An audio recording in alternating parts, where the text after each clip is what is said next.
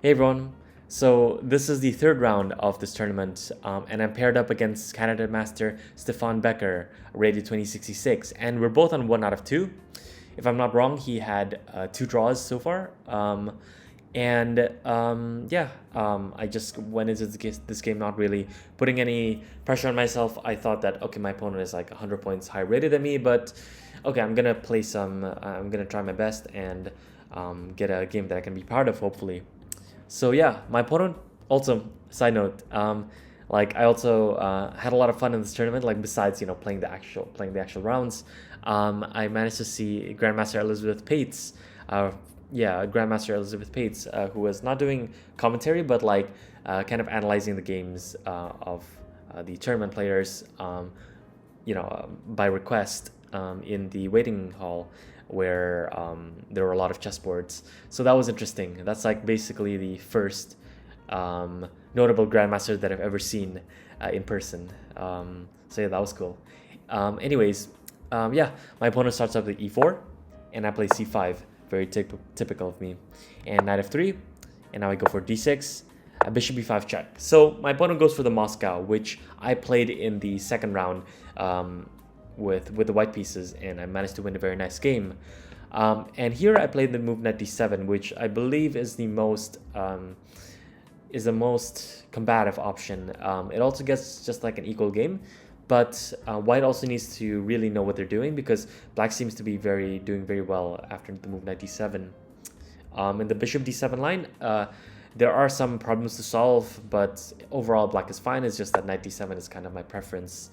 And here the main move has been d4, with the idea of c takes d4 and queen takes d4. And I go over this in my video on the Moscow. From the black side, and black is managing to equalize, but they need to kind of know a lot of stuff here. So this is very testing and not to be taken lightly. But instead, white decides a castle, which is basically an attempt to try to get this very normal development scheme with rook e1 and then bishop f1 back. For example, if I play knight f6 now, then it possibly allows rook e1 and the bishop f1 here. Let's say after a6, bishop f1, and I think that white gets a nice play here with c3 d4 next, with the bishop very nicely tucked back on f1, which is why I kind of play the move a6 first, so that now the bishop does not have the f1 square so easily. And so now white plays the move bishop d3, which looks a bit strange because you're kind of blocking in your own d-pawn, so you can't advance the pawn to d4. But the idea is that after white plays the move c3, they can drop the bishop back to c2 and then push d4. So just building up a nice center. And because, as typical in like the Ruy Lopez, for example, we know that the bishop often gets kicked back with a6, the bishop goes to a4, and then later they play c3 and then bishop back to c2. So that's very typical. And so this kind of method of development is fine for white, even though it seems like it wastes time. After I play knight gf6, rook e1, I'm given a choice here. During the game, I knew that the move e6 is possibly like a more correct way to play. And the problem is that after c3, the testing variation and like the way to kind of get an equal game here or equalize objectively is the move b5. And the point is after bishop c2 to play the move c4. And you're basically preventing any pawn to d4 advances. You can play pawn to d4, and after takes, or like queen takes, I believe, and then knight c5, or bishop b7, stuff like this.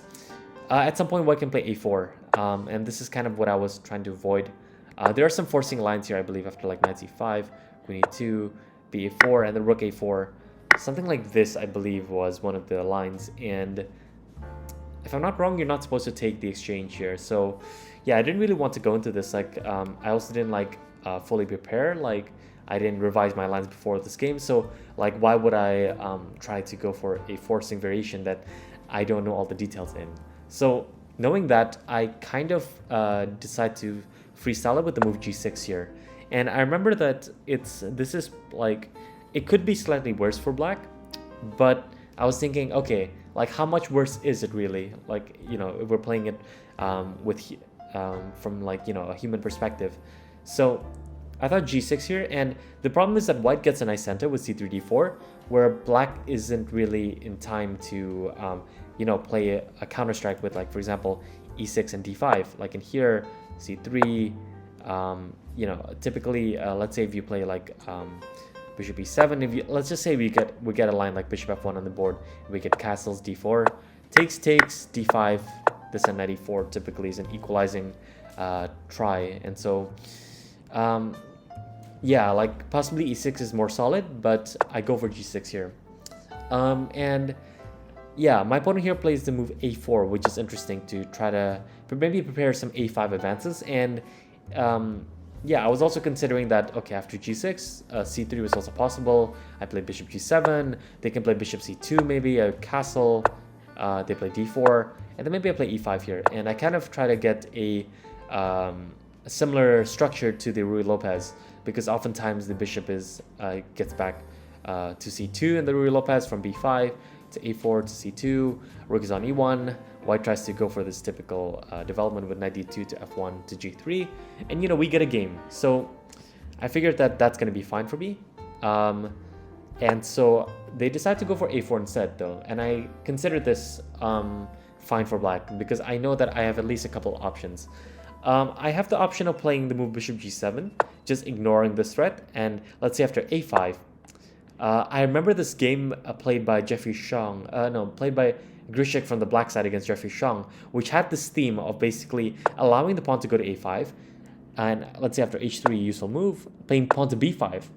And even though black gets a structure kind of like this, which weakens the a6 pawn, black gets in bishop b7, c3, and then a5, with later ideas of either recapturing on b6 with the queen or with the knight. So with the idea is that if you capture with the queen, you're putting some pressure on the queen side. And if you capture with the knight, then the knight can control some squares on the queen side. So yeah, and basically black is trying to argue that this a pawn is less of a weakness than this b2 pawn. So that's the gist of this variation. And so I thought that this was possible, but I didn't see anything wrong with the move pawn to b6. So I decided to play the move pawn to b6, just preventing a5. And I really was trying to like ask myself, is there anything wrong with this move? And if there's nothing wrong with this move, then I can freely play it and hope to kind of keep pieces on the board. Because yeah, let's say we get the exact like position that we get in this kind of game. It's like there are very limited options like that are good, and you kind of need to know precisely how to handle this position, which is why I kind of decided not to go for this. And the Grishuk game that I want to mention is actually also happened in this Moscow line, happened after e4, and basically we saw in this variation that this idea of b5, bishop b7, and then playing a5 here, and then later recapturing on b6 rather with the queen.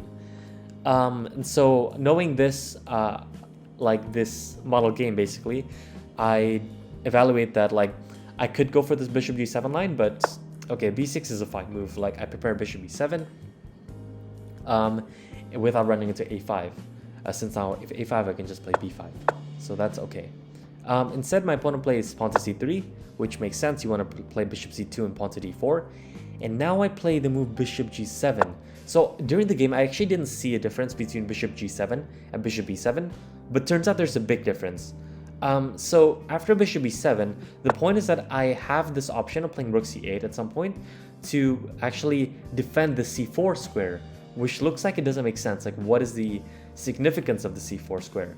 The point is, after if white plays the move bishop c2, there's this very thematic idea to go for c4 to prevent the advance of the pawn to d4. And if white tries to put pressure with like queen e2, I'm just in time to play queen c7 after knight a3, play rook c8. So just because I play bishop e7, I have this option of rook c8. And if I didn't play bishop e7, for example in this line for bishop g7 and bishop c2, now I don't have the option of c4, because after queen e2, queen c7, they play knight a3, and without the inclusion of bishop b7, I no longer have rook c8 defending the pawn. So turns out it's very important in this position, instead of playing bishop g7, to play bishop b7. And instead I go for bishop g7, and my opponent goes for bishop c2, preparing d4, very logical. So now I castle. And after pawn to d4, I considered a couple of options. Here I consider playing e5 immediately and getting this kind of Ruy Lopez structure. Because, for example, I mean, it's kind of well known in the Moscow, but like we can get, let's just go into the Ruy Lopez and get a comparison of the two variations. Bishop e7, rook e1, b5, bishop e3. Let's just say d6, h3, castle, c3. Okay, like maybe knight e5 or, okay, like knight b8, d4, knight bd7, knight bd2, and let's just say c5 here, which is not the best move, but yeah, then we kind of get the structure with, like, for example, you know, the bishop comes back to c2, and we get this kind of pawn structure with the pawn e5, d6, and c5. So very similar to the game, and so that's kind of how we can draw. That's how I actually drew like some comparisons with the Ruy Lopez, and so how I evaluated this position as being like kind of okay. But I guess the big problem in this variation is that after de5, and let's say d5, which is kind of the structure that I want, white can play this nice move c4 and actually get the c3 square for the knight, which is kind of unusual because typically white gets the knight to d2 to f1 to g3, but in here you can immediately get the knight to d5. And the problem is that the bishop on g7 is kind of stuck. So yeah, this should be slightly better for white.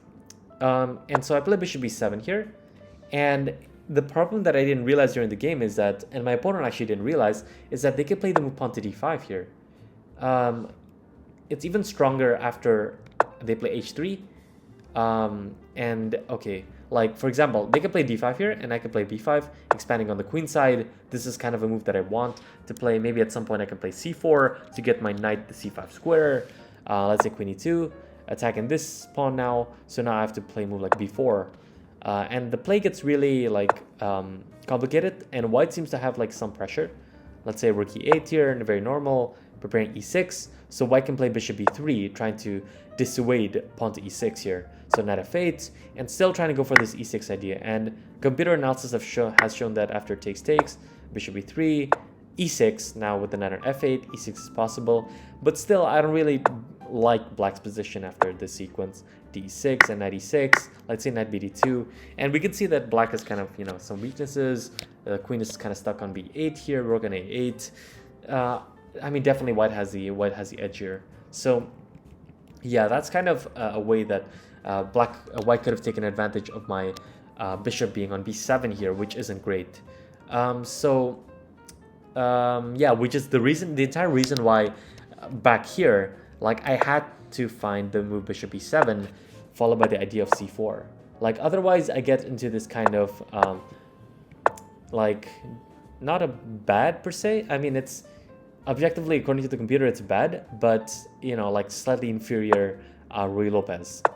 So they play h3 here, just a useful move. The point is that if they ever push e5, I'm quite happy to see this, because after takes, I can play the move knight g4.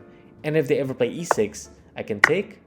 And I figured that, okay, first off, I can take here, and I'm opening up the f file here to put some pressure.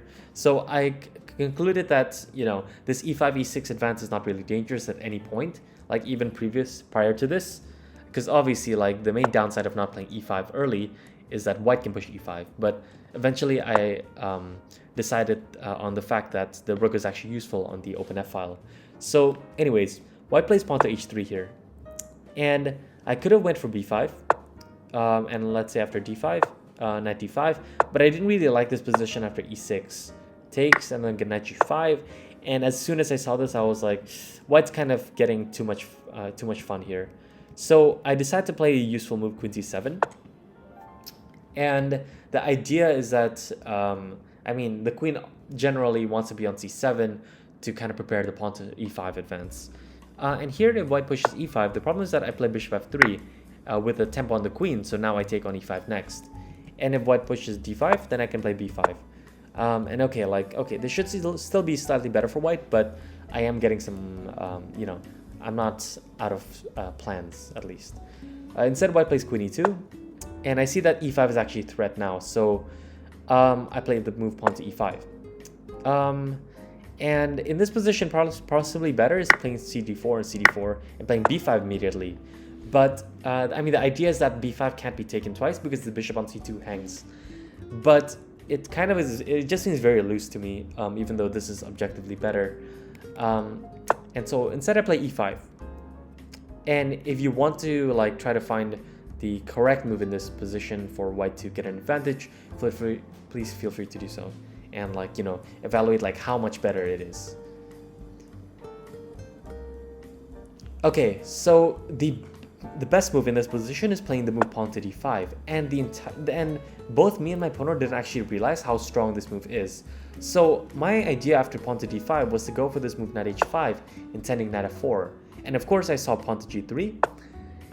And the problem here is that black's counterplay is really lacking, because this bishop is such a bad piece, and so is this bishop on g7. And in contrast, this bishop on c2 is actually a great piece. You may ask, like, why is it a great piece? It's like, you know, it's on the same color complex as the white pawns in the center, which is, you know, generally the definition of like a bad bishop, you know, with the same color complex of your own pawns. But in this position, this piece is a good piece because it controls the f5 square and prevents my f5 advance. So basically my counterplay is very limited here. If I can't play f5, I can't really free my position. So for example, computer has shown us after knight df6, pawn to c4, rook a b8, I'm just kind of like really cramped on space. Let's say bishop c8, knight c3, and it's hard to break free here. So that would have been best, but both me and my opponent kind of missed this, and instead my opponent plays de5, which gets the position into a Ruy Lopez like structure, very common here. And I felt like I was quite comfortable here, but turns out white has an improvement over the game. So in the game, my opponent played bishop g5, which I felt like was already kind of the wrong step here.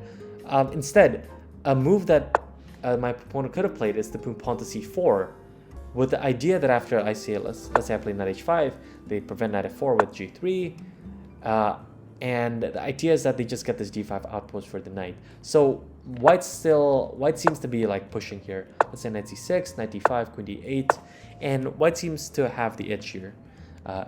It's kind of hard for black to get active play, but instead my opponent plays bishop g5, which I felt was already very good for me because I get the move pawn to h6 for free. And after bishop h4, which, okay, if you play bishop e3, then I'm possibly just gonna go knight h.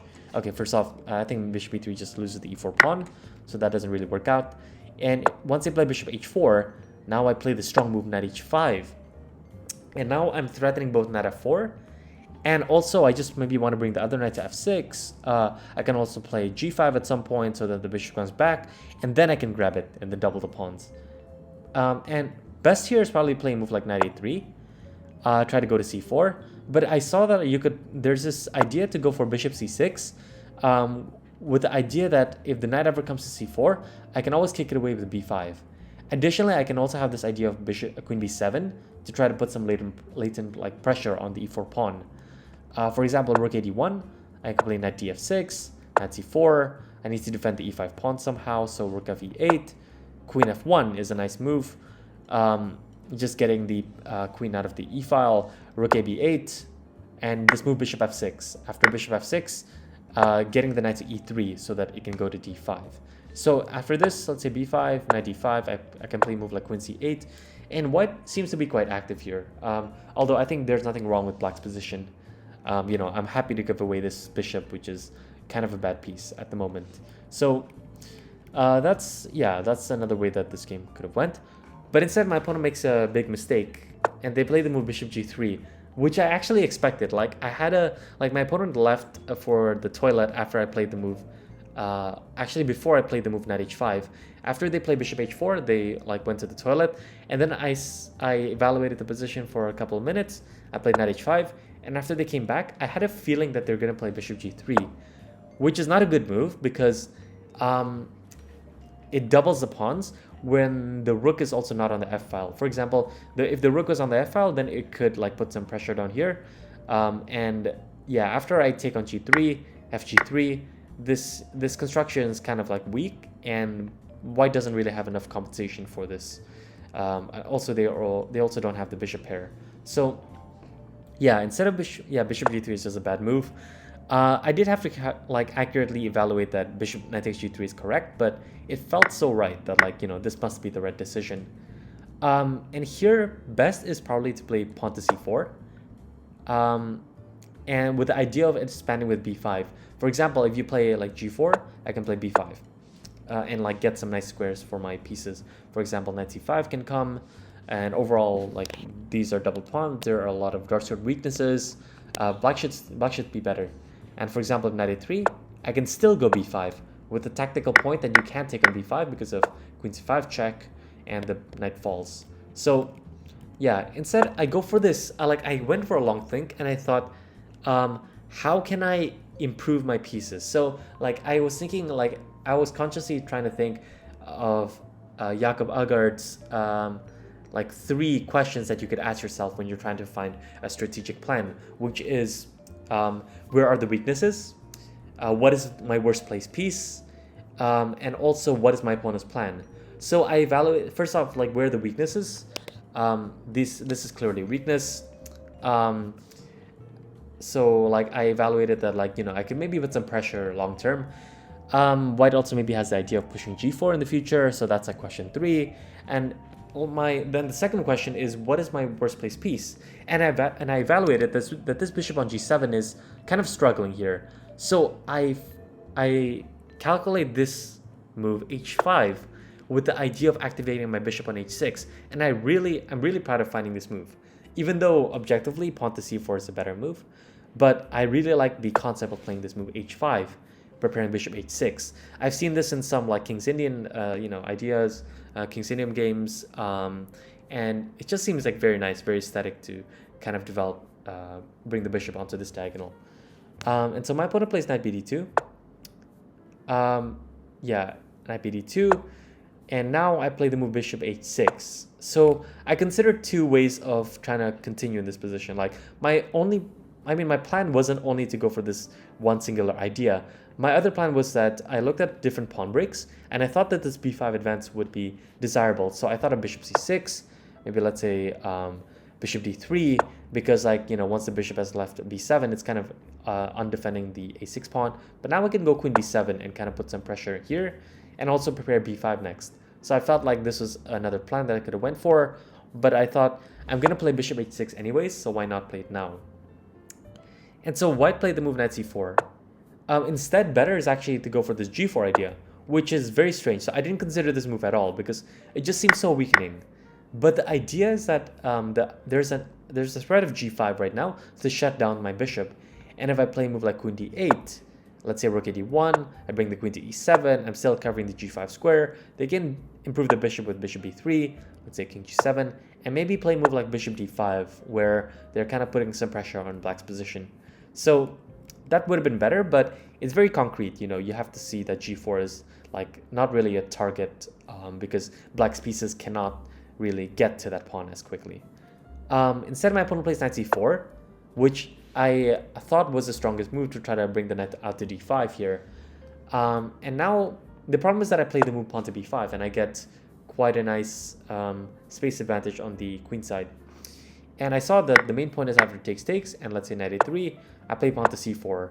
And as soon as I saw that this sequence worked, and like I'm kind of getting a nice pawn mass here, I can play like bishop c6, knight c5 next maybe, and overall this knight is just bad on e3. I calculated a few things like that, making sure that my b5 pawn wasn't in danger, and so I thought that, okay, this is definitely the right move. My opponent plays knight e3, and now since the b5 pawn is being hit, I play pawn to c4. And again here g4 is better, and after takes, they can even take with the knight here. And so let's say after queen c5 check, they can block with queen f2, I can play bishop g7 back, let's say rook a d1, I trade off the queen since my knight is being hit, king f2, and a move like bishop c6 here, where I'm gonna play a move like rook ac8 or rook fc8, defend the bishop, maybe try to activate the knight on c5, and overall just get a fine game. Yeah, so that's possible. But instead my opponent goes for king h2, which I felt was already like another move that goes into the wrong direction, because the king is kind of lining up with the black queen. So I thought here, how should I continue? And I thought that I want to bring my knight to f6, but I should probably activate my rook first with the rook a to e8, with the idea that now if you play knight d5, I calculated that after bishop takes d5, e d5, I can play pawn to e4. and I'm opening up my queen's diagonal. So maybe if you play in knight d4, I can play pawn to h4 here, and this becomes quite dangerous. For example, you can't even defend the pawn this way because I'll play bishop f4, winning the queen. So yeah, after this move e4, I thought that okay, bishop takes e4. Now at first I thought the pawn to f5 won, but I checked my calculations again and I thought, oh, this isn't as clear actually, because they can play pawn to d6, hitting my queen with a tempo. So let's just say I play, I don't really want to play queen takes d6 since rook d1 comes with tempo. So let's say I play queen c5, and turns out they can play bishop d5, which I saw in the game. And I thought this was getting a bit complicated because I can take, like, they end up like not getting enough material, like if you count the pieces. But like this pawn is very strong, and I thought if I'm not getting rid of this pawn immediately, then I might be in danger. Takes, rook a6, and I kind of looked at this and I thought, yeah, I don't really like my position. It's kind of getting a bit messy for my liking. But the computer says this is still better if you could find the next move, and only if you could find the next move. So yeah, the correct move here is to play the move pawn to h4, with the idea that after, okay, if you play gh4, then bishop f4 comes with check. So knight h4, and now pawn to f4, breaking open the entire king. And the problem is that, let's say g4, and now pawn to f3, another like very strange move that just works. So after knight takes f3, bishop f4, king h1, I can play bishop g3, and I'm kind of dominating the king here. So black should be better here, but the computer only evaluates this as -1. So like I have basically, like if you count the material, like not including the pawns, like black is a piece basically because they have an extra bishop, but this pawn is very strong and it's like kind of surviving here for the meantime. So I thought that okay, f5 doesn't work, but instead of f5, like I can play knight f6 here and just simply attack this guy, and after queen c2, I see this idea now of playing h4, with the idea that now I can bring the knight to h5 after knight takes h4, knight h5, and I'm simply winning here with taking on g3 next. So as soon as I saw like okay, knight d5 is not a problem here, I'm good to go. I play rook a e8, and my opponent plays rook a d1. Now I play knight f6. Now I'm still controlling the d5 square, so now this knight d5 doesn't work, since I just played bishop takes d5 and e4. But now they play knight d2, since I'm also hitting the e4 pawn. And I saw that after knight d2, I thought that, oh, okay, I must be close to winning. Like, I have to be. Because, like, they're moving back with their pieces with the sole purpose of defending the pawns. And so here I thought, how can I increase the pressure? So I thought that the only way I can try to increase my advantage is to try to go after the white king. So I devised this plan to go for this sneaky idea of going king g7 to bring my rook to h8 and try to get this h4 break in. Because the only pawn break in the position that I can see is either, okay, like pawn to f5, which is unreasonable for multiple reasons, and this move pawn to h4. And as soon as I saw this, I thought it might be very dangerous. So I thought, okay, let me calculate a few lines. And so I decided to go for king g7. And I saw in the game that possibly best here was to play pawn to b3, try to chip down at black's impressive queenside, and activate the bishop after takes, and get something like this. But instead, rook f1 was played, and I'll play rook h8. Nothing wrong with it.